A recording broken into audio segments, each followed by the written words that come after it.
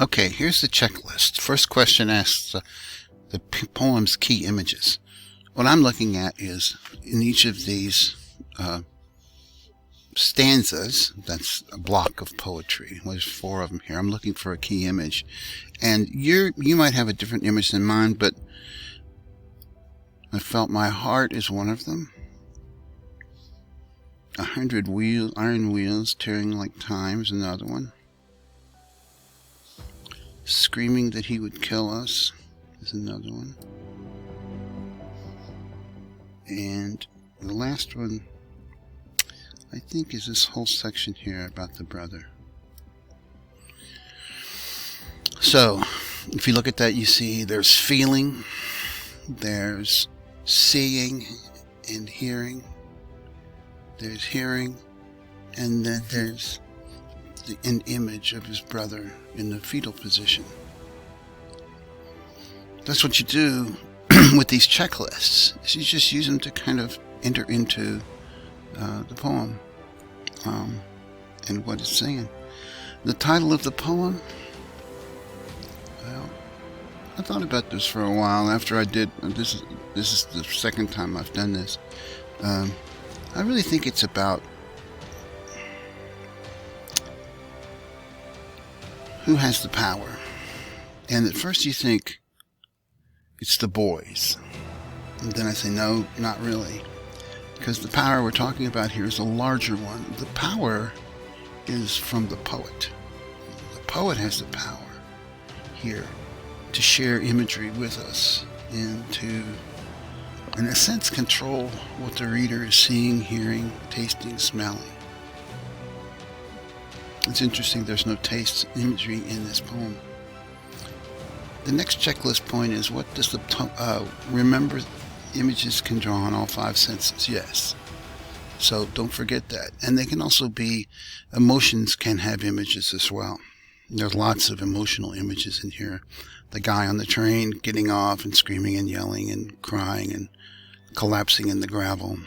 The little brother at the end who's in the fetal position.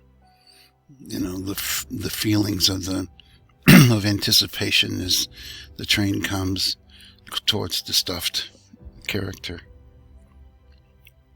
Key adjectives or other qualifying words.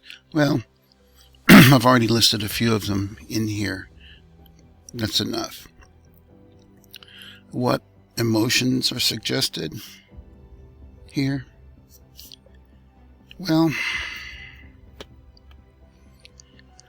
the first part of this is anticipation. That's here. The second part of this is, okay, this is the result that the little boys intended. They wanted to stop the train. Nobody had ever done it. They did it. This is the unintended part. This is the real consequences of their actions. They not only stopped a train, but they brought a railroad engineer to his knees. Obviously, this has happened before to him.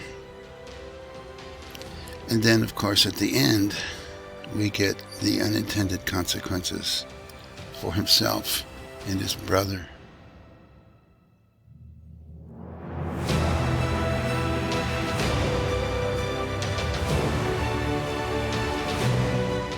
Does the mood change? Yes. At the first part up here, it's very cold. You know, talking about stopping a train.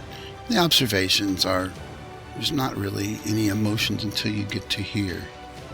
Because he tells him his heart is beating, and then, of course, there's a terrible screech of the train's braking.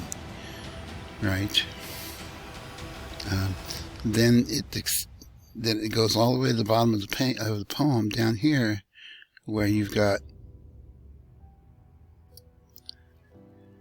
complete terror,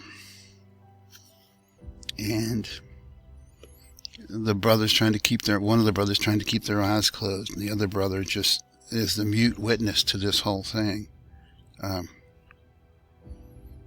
You know, that's a pretty strong arc of emotion. And the movement of the imagery in here points to the general purpose, which is what you do with all of these checklists. You're looking for the meaning in the poem for your reader. And not all of the checklists will reveal much, but this checklist reveals a lot about the movement of the images from one part of the poem to the next.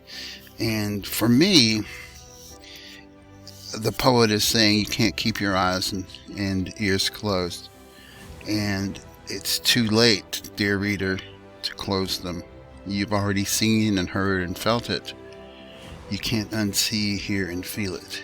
And that goes back to one of the things I said at the beginning about the power we are talking about here is the power of the author, the power of the poet, to share this imagery, to control the reader, because you're not going to be able to unsee this. Once you've seen it, you can't unsee it. That's a very common feeling. Okay, that's the checklist. I've done. You can do something very similar. It doesn't have to be perfect. Everybody understands this. This is very much common sense.